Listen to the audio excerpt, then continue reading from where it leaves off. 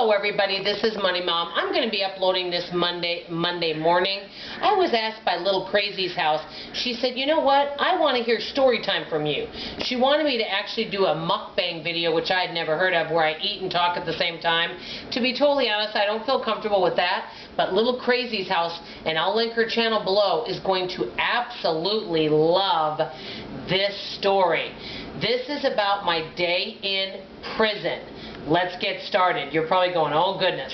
Well, as you guys know, I'm always getting into mischief. I'm kind of like an I Love Lucy in many ways. Well, I was in college, and my degree, by the way, I graduated from University of Wisconsin, River Falls. My college degree is in criminal justice and business communications. So I have a bachelor's in that. And then I also taught school, so I did that also. Well, anyway, so we got to visit on a field trip a male's prison. Well, the teacher told us a lecture and before we went and said, hey guys, we're representing the college, be on your best behavior, you know, be quiet, be respectful, you know, basically watch your P's and Q's.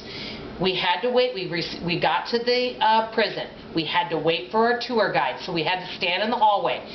They asked us to please be quiet because they wanted us to be respectful. They didn't want to rile any of the prisoners up that might be in the hall for some reason. So we had to stand in the hallway and not talk. Well, how long do you guys think I could go without talking? People have actually paid me to go without talking because they get tired of listening to me talk.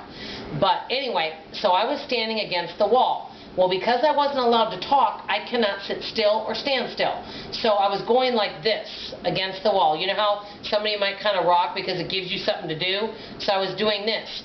Well, in another corridor, for some reason, there was a group of about 25 of us, by the way, was yelling, stop, stop, quit, I can't take it, stop, no, don't do it anymore, please stop. And we were like, well, what's going on? I had no idea.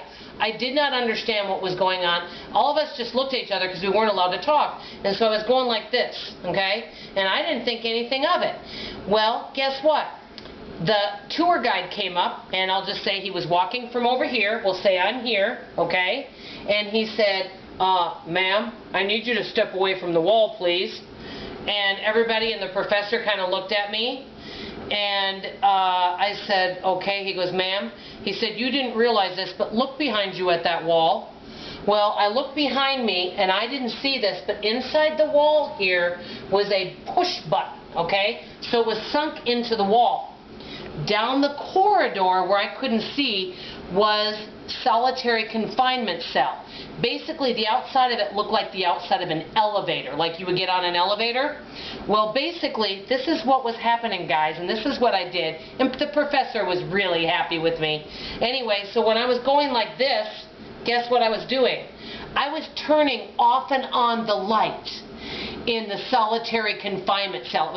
So when he was in there, it was flashing on and off like a psychedelic experience, okay, for about 10 to 12 minutes, on and off, because in the solitary confinement cell, they're not allowed to control their own light in there. It's just like an empty room.